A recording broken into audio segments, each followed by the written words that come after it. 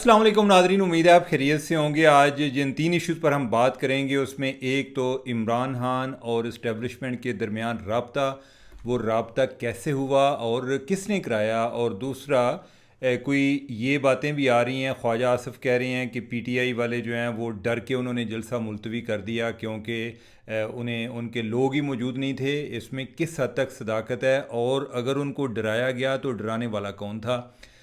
तीसरा मामला और इंतहाई अहम मामला वो काजी फ़ाइज़ ईसा की एक्सटेंशन के हवाले से है कि काजी फ़ाइज़ ईसा एक्सटेंशन ले रहे हैं या नहीं।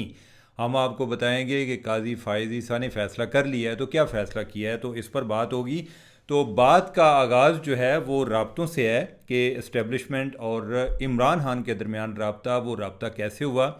आप कुछ दिनों से सुन रहे हैं कि जो एक इधर तरनोल इस्लामाबाद के पास जलसा होना था और वो जलसा मुलतवी हो गया। पहले जलसे का इतना शोर रहा और बाद में जब मुलतवी हो गया तो फिर बातें होती रहीं कि कैसे मुलतवी हो गया। कोई पीटीआई में अपने अंदरूनी खाना लड़ाइयाँ शुरू हो गई और बहुत सारी बातें आई। उसमें ये आया जी कि पहले जो गंडापुर हैं उन्होंने को रोल प्ले किया है। अलीमा खान जो है वो गंडापुर पे उन्होंने चढ़ाई कर दी।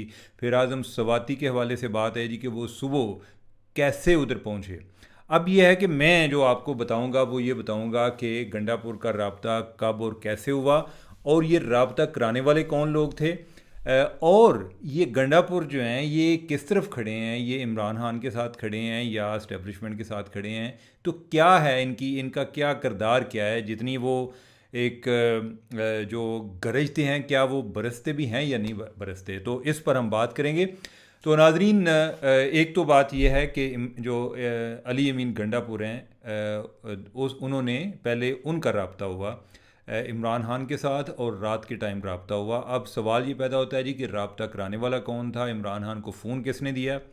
जब पूरा सिस्टम ही मेहरबान हो जाए या यानी कि वो चाह रहे हों कि रब्ता हो, तो फिर तो कोई ऐसी बात भी नहीं है। और गंडापुर जो हैं वो वैसे भी चीफ़ मिनिस्टर हैं। अगर चीफ़ मिनिस्टर एक केपी के वो कहते हैं कि मैं बात करना चाहता हूँ और जो अडयाला वाले हैं उनको अगर पैगाम दिया जाता है कि गंडापुर जो हैं वो अपने चीफ़ मिनिस्टर हाउस से बात करेंगे तो उनका आपने इमरान खान के साथ रब्ता कराना है। तो एक तो रात को उनका लेट नाइट राब्ता हुआ। अब यह है कि राब्ता हुआ कैसे, गंडापुर को किसने बोला और क्या बोला। तो एक तो मोहसिन नकवी है, उनके बारे में आपने शायद सुना हो, अगर नहीं सुना तो मैं फिर बता देता हूँ जी कि एक तो मोहसिन नकवी थे कि जिन्होंने गंडापुर से रब्ता किया। एक और साहिब थे और उनका तल्लक इस्टेब्लिशमेंट से था और वो ब्रिगेडियर लेवल के एक अफीसर थे। और इन दोनों ने गंडापुर साहब से रब्ता किया और क्या बोला, यानी कि कोई दो तीन चीज़ें थी।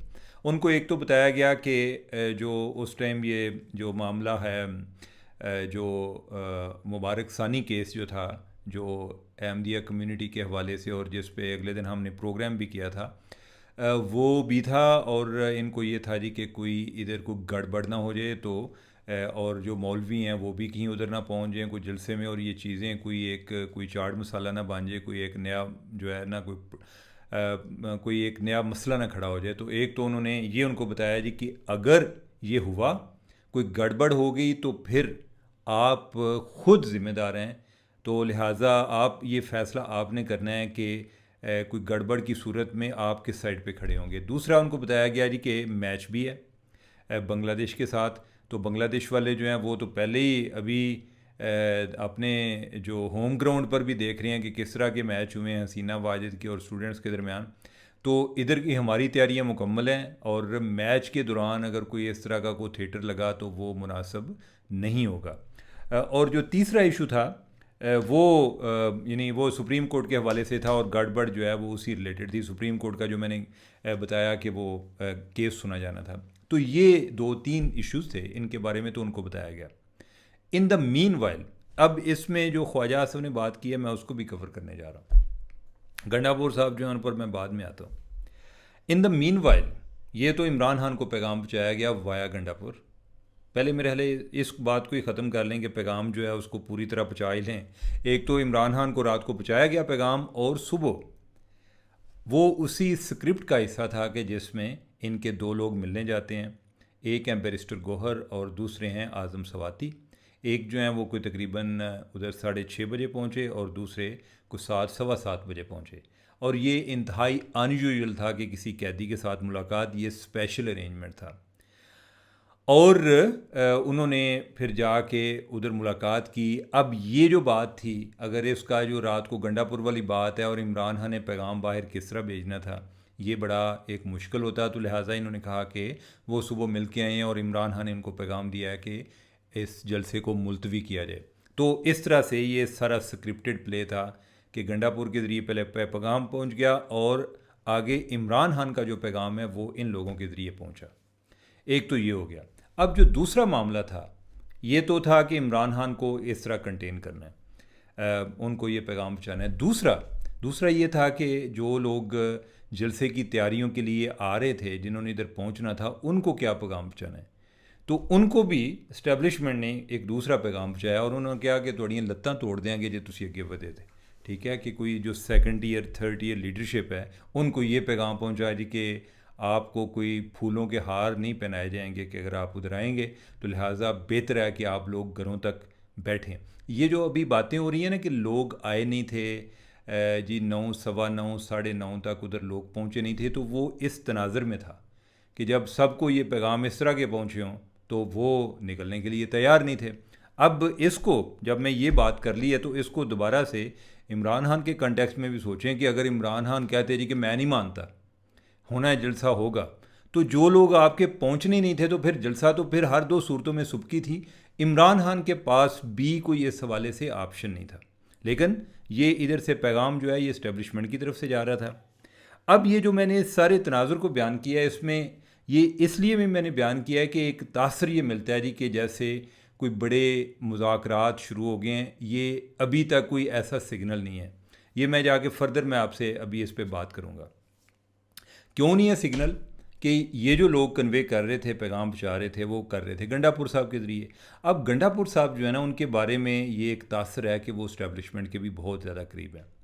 पिछले दिनों अंसार अब्बासी साहब ने स्टोरी की और उसमें उन्होंने लिखा जी कि जब गंडापुर चीफ़ मिनिस्टर बने थे तो एक बड़े रेलेवेंट आदमी ने, रेलेवेंट से उनकी जो मैं एक इबारत है उससे जो मतलब समझा, वो कोई इस्टेब्लिशमेंट की बात कर रहे थे किसी बंदे की, कि उसने कहा था जी कि ही विल बिहेव, कि वो ठीक अच्छा बच्चे की तरह एक्ट करेंगे।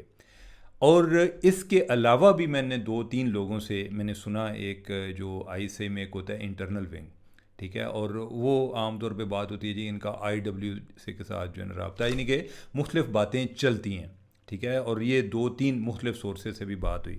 अब इसकी तशरीह पे आगे फ़र्क आ जाता है। कोई लोग जो हैं उसकी तशरीह ये कर रहे हैं कि जो गंडापुर जो है वो इस्टेब्लिशमेंट का आदमी है, कुछ जो हैं वो ये कर रहे हैं जी कि अल्टीमेटली आपने हुकूमत करनी है तो इमरान खान को एक ऐसा बंदा चाहिए कि जिसका उनके साथ राब्ता हो।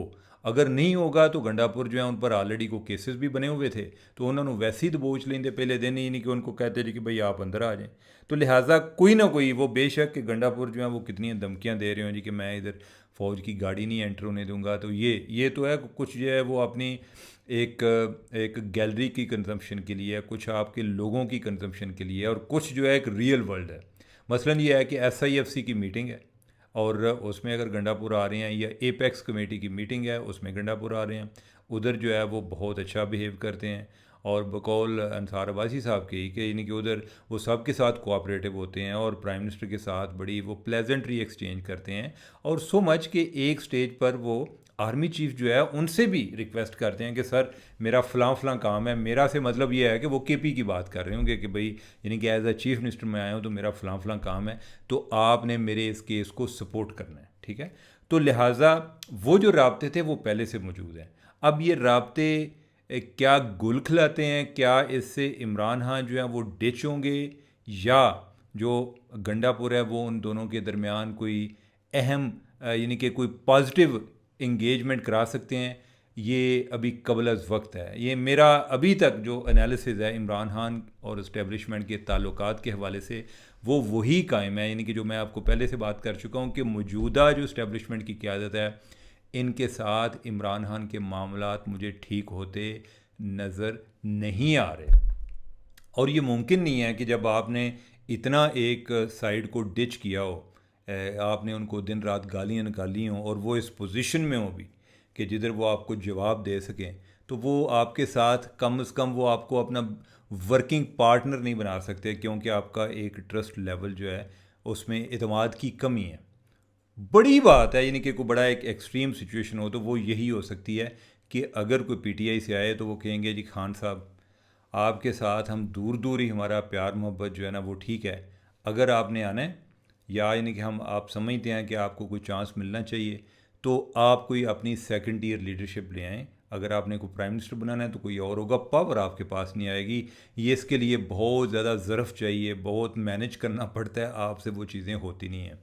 तो लिहाजा ये है कि जो गंडापुर जो हैं उन्होंने ये जो सारा मामला कराया उसमें यानी कि गंडापुर जो है वो अपना किरदार एक अदा करते रहे। और जो बातें ख्वाजा आसिफ कह रहे हैं जी कि लोग डरे हुए थे, डर के मारे आए नहीं, वो भी मैंने आपको बता दिया कि एक पैगाम तो इमरान खान को पहुँचाया गया था, और दूसरा जिन लोगों ने उधर जलसे में रौनक लगानी थी, जिन्होंने बाकी लोगों को लेकर आना था, उनको भी बचाया गया था कि थोड़ी लत्तां बन देंगे नहीं तो कार बेहतर है कि कार बैठे रहो।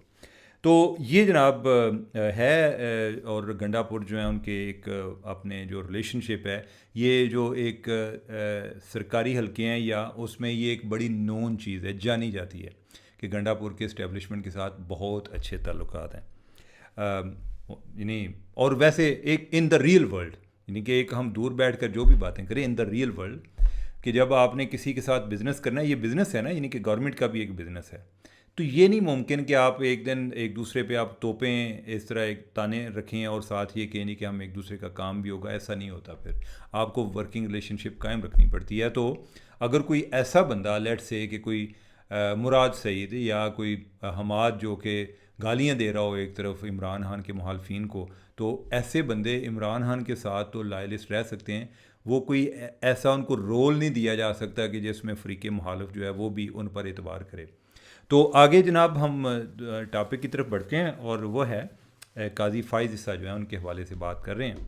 काजी फ़ाइज़ ईसा के हवाले से बड़ी बातें चल रही हैं, बड़े यूट्यूबर जो है ना वो दिन रात एक उन्होंने एक फैक्ट्री लगाई हुई है झूठों की, और दिन रात चला रहे होते हैं जी कि क्या हो रहा है, काजी एक्सटेंशन ले फ़लाँ जो फ़ैसला है वो इसलिए किया। अच्छा, यानी कि वो फ़ैसला कि जो जिससे ये तासर ना मिलता हो उसका ज़िक्र नहीं करेंगे, जो एक बड़ी एक चेरी पिकिंग होती है, ये बड़ा अनफॉर्चुनेट है।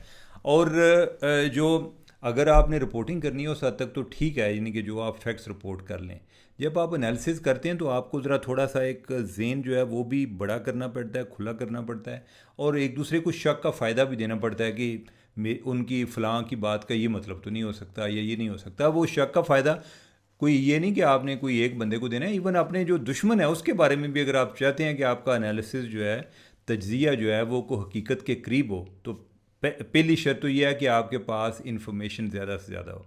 जितनी इन्फॉर्मेशन ज़्यादा होगी उसको भी आपको उसका भी एनालिसिस करना पड़ता है। दूसरा यह है कि जब आपने एनालिसिस करना है तो अपने जज्बात को साइड पे रख कर करना है। अब यह है कि काजी साहब के हवाले से पहले जो मैं उनके बारे में इंफॉर्मेशन सुनी है और फिर मैं जो अपना एनालिसिस भी आपको दूंगा। तो इन्फॉर्मेशन ये है कि जो आज़म तारड़ साहब जो हैं उनसे भी मेरी बात हुई, और उनको मैंने पूछा कि एक तो ये जो शोर है कि तरमीम का आइनी तरमीम का आइनी तरमीम का, एक तो मैंने कल आपसे जिक्र किया था, उन्होंने कहा जी कि ये जो जॉइंट सेशन के हवाले से बात आ रही है, जॉइंट सेशन में कोई आइनी तरमीम टेबल हो ही नहीं सकती, तो लिहाजा ये तो आउट ऑफ क्वेश्चन है।